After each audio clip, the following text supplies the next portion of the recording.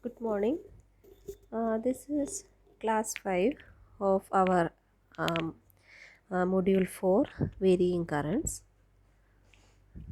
Now, today we will learn about a circuit containing capacitor and resistor in series. Okay, that is, we call it as a CR series circuit, that is a circuit containing capacitance C and resistance R connected in series as shown in the figure given below.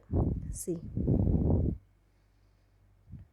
here you have a capacitance C and a resistance R and they are connected in series. Okay, now we are applying an alternating EMF to this circuit and it is of the form E equal to E0 sin omega t. Now let I be the current in the circuit and let the potential difference or the voltage across the capacitance C, let it be Vc, and let Vr be the potential across the resistance R. Okay, so in this circuit Vr is in phase with current, that is the potential across resistance is in phase with current, whereas potential across the capacitance lag the current by 90 degree. So the phases representing Vr and Vc, they are mutually perpendicular and it is shown in this phasor diagram. Hope it is clear.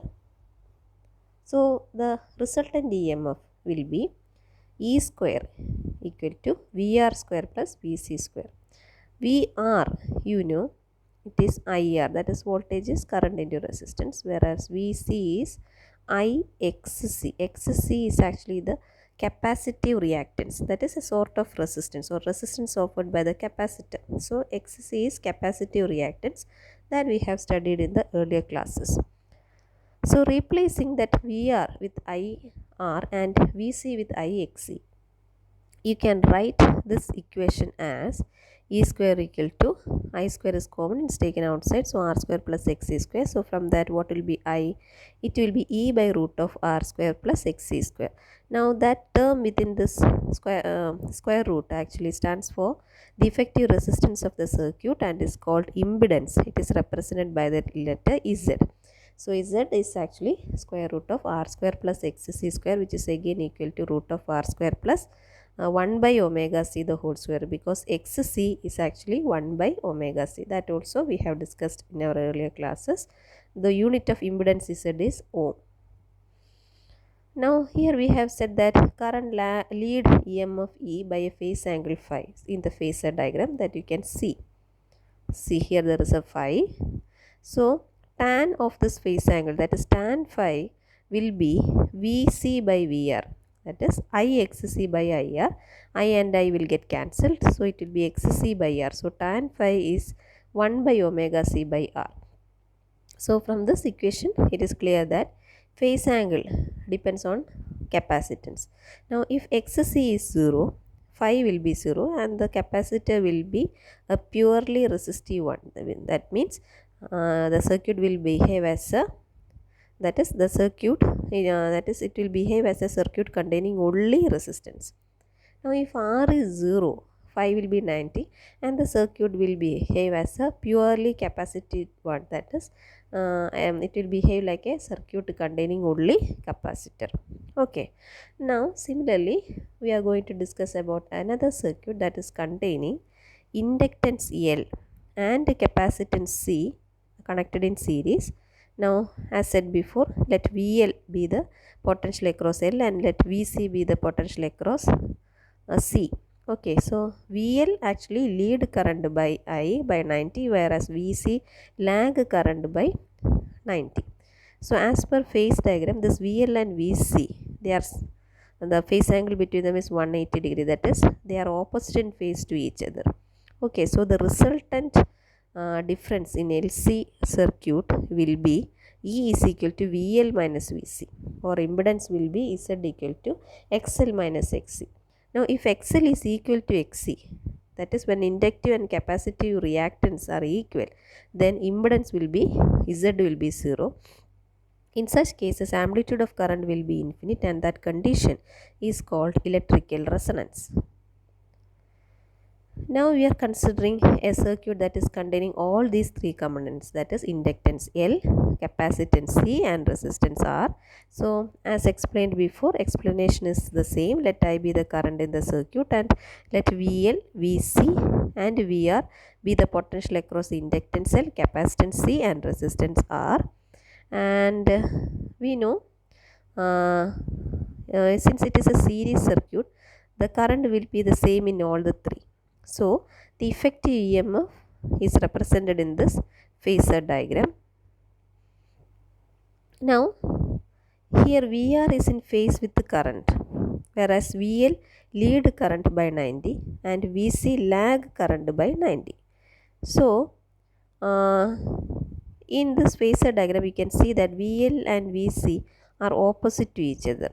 See, they are opposite to each other. VL and VC are opposite to each other.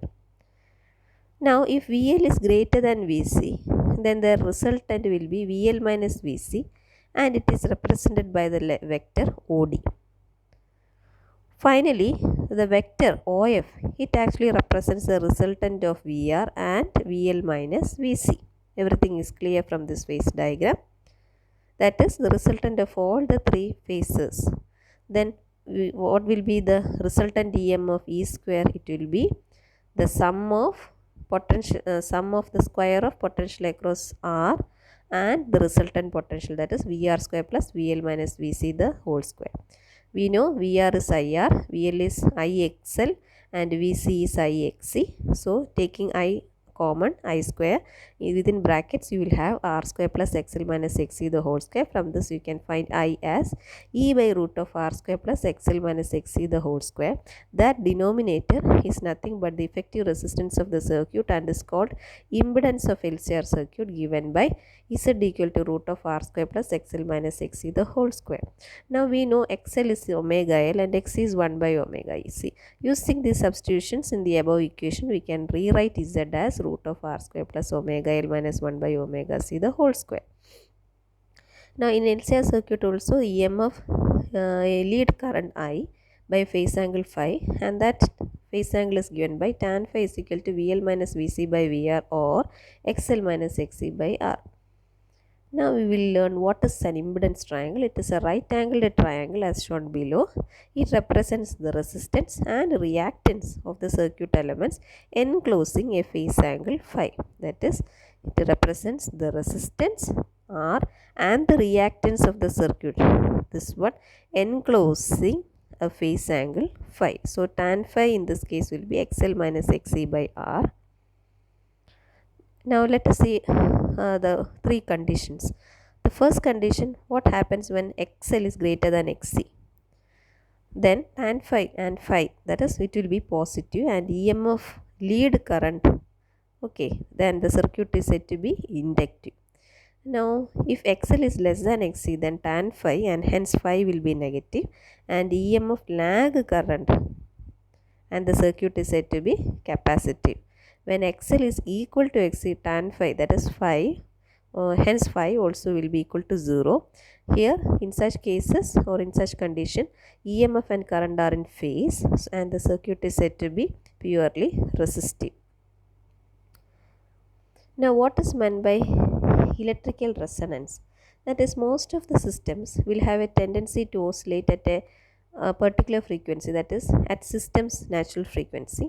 Now if such a system is driven by an energy source at a frequency that is near the natural frequency, amplitude of oscillation is found to be large.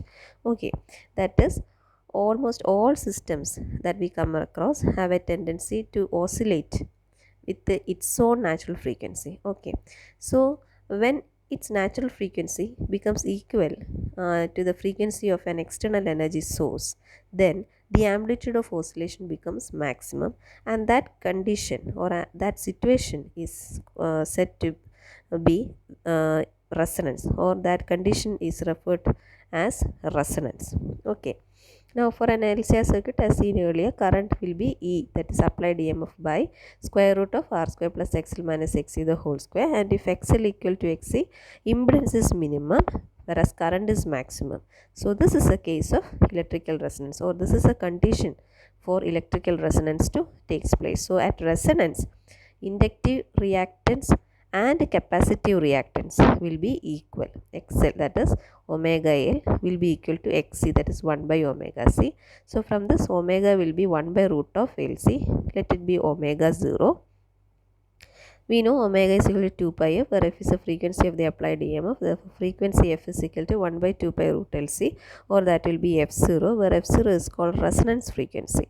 Thus, the condition for resonance is that frequency of applied EMF should be equal to natural frequency of the circuit when the resistance of circuit is 0. So, this is a very important sentence, that is the condition for resonance.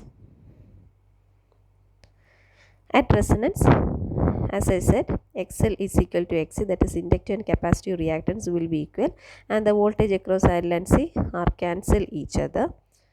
Okay. Now this resonance circuit has got many applications.